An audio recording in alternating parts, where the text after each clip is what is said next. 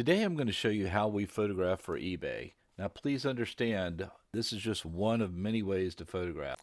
You may have more or less equipment than we do, but as long as you have a phone, an internet connection, and some source of light, you can get started. Now, add equipment as you can afford it, but most importantly, when you need it. Now, I used to be a professional photographer, photographing portraits of babies and families back in the day. So when we started eBay, I, of course, broke out the mirrorless DSLR and the studio flashlights and went to work. And turns out that even with all that equipment, perfectly exposed photos, when it was uploaded to eBay, still had that grayish background, even though my background was white, and some of my colors even shifted and looked nothing like the ones that were on the camera. So, what's a pro to do?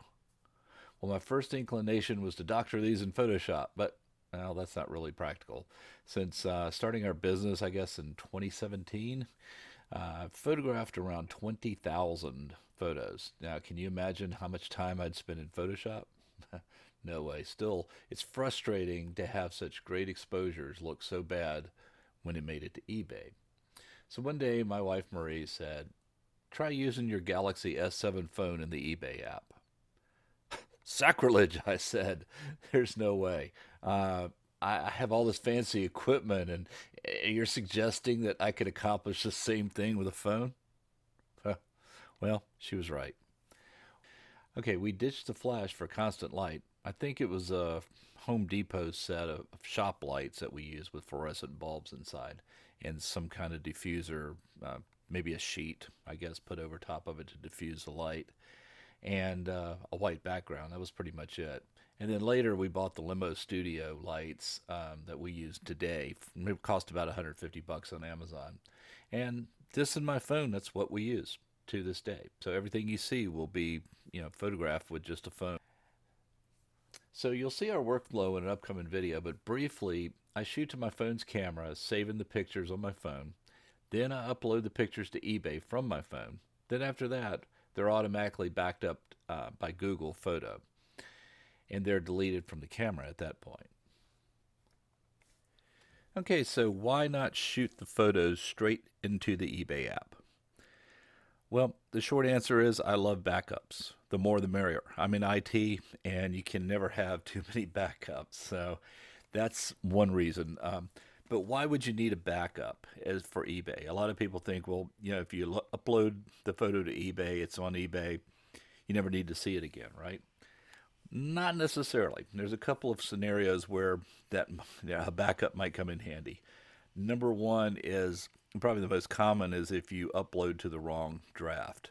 And I've done this a few times where I upload to the wrong draft and then I have to go back and figure out, well, either I'm going to have to reshoot it again because all the photos are on eBay. Now I could, and I have, gone in and right clicked and saved the photo as and then downloaded it and then uploaded it again to the correct draft. That's a lot of work. So by using a cloud service like Google, I can just browse to the Google photo that I want, bring those in straight into the eBay app, and put them on the correct one. So that's one reason. And you could do that with any cloud-based service, iCloud, anything else. So another reason that you might want to have to photograph to the phone and not directly to the eBay app is you have no Wi-Fi where you're at. There's times that maybe you're working in a storage shed or a location that doesn't have access to internet, or your phone is, the only access you have to internet is your phone data, and you don't want to use that uploading hundreds of pictures. So you can do this to your phone and then later bring them into to the eBay app, and you still have a copy of them in case something goes wrong. There's been times that I've used the eBay app to take a picture, and I take a picture and I push the button to say, okay, I'm uploading them, and half of them go in and half of them don't. So, and I don't find this out till later, and then I've got to go back and redo those photos. So that's one reason. The biggest reason is, and a lot of people have been doing this for a few years and remember this, eBay actually lost a lot of photos from a lot of people. Now, fortunately, it didn't happen to us, but it does happen. So, and what happened was people would go into their listing and there would be no photos there.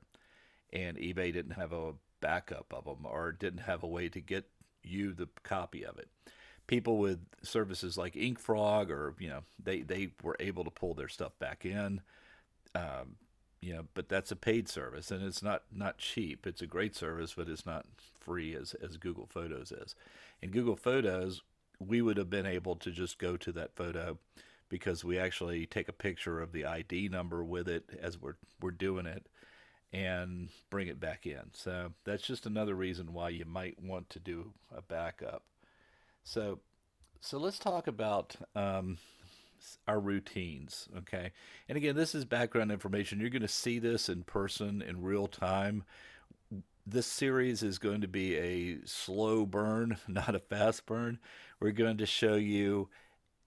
You're literally going to be over my shoulder so much that you're almost looking through a few of the shots. You're actually probably looking through my right lens of my glasses. So I mean, it's right over. I've got the camera right over my shoulder, so you can see everything I'm doing. And we do more than one because sometimes when you look at just one, you don't really get the whole workflow. And so we're trying to show you the workflow. It's going to be boring. I mean, you may watch a couple of us photograph a couple of shoes, say, okay, that's enough of that, and punch out of the video. We understand. But we want you to be able to see as much or as little as you want to see how we do it. And yeah, this is again just our method, but the way we do it. So here's what we do.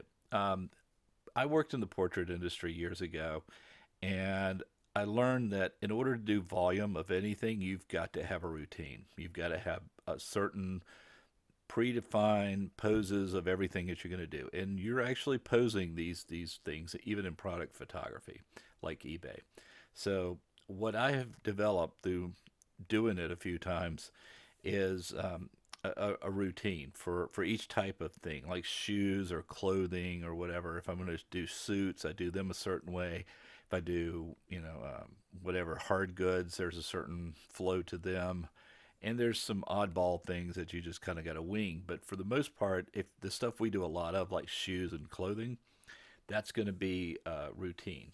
So basically, our overall photo session goes like this. We have a routine for everything. For shoes, I use a 9 shot method that 9 different poses that I put the shoes in. Then what the first shot is to shoot the inventory number, and you'll see this in our video. And the next one is to shoot both shoes facing forward. Then I'll shoot the shoes from the top. Then I'll shoot each shoe individually, right and left. And then I'll shoot the heels of both shoes together. Then I'll shoot the sizes of the shoes, actual photographs. And like I say, our videos will show as we go through this kind of how we do that. You'll literally look over my shoulder on that. And so that's basically the flow for shoes. Um, the overall flow for this is I'm going to, and again, you'll see this, but we'll, after we do that setting, and I call it a sitting because that's the term we used back in the portrait days, but so excuse me for that. But anyway, as soon as you do a sitting of that, then what I'll do is I'll go ahead and open up the app, open up the actual listing for the draft because Marie does the drafts. So the drafts are already there when I go to photograph. So she does the drafts and passes it off to me. I photograph them. So now I'm photographing. I photographed everything. I upload all of them to eBay. While it's uploading, I set my phone down, grab my next shoe or clothing or whatever it is, and set that up and get that ready. By the time I get that set up and posed and ready to go, the photos have uploaded. I back up, find the next draft, open it up for reference, go back to the camera, and you'll see this over and over, wash, rinse, repeat. So that's how that works. So that's basically our photo process.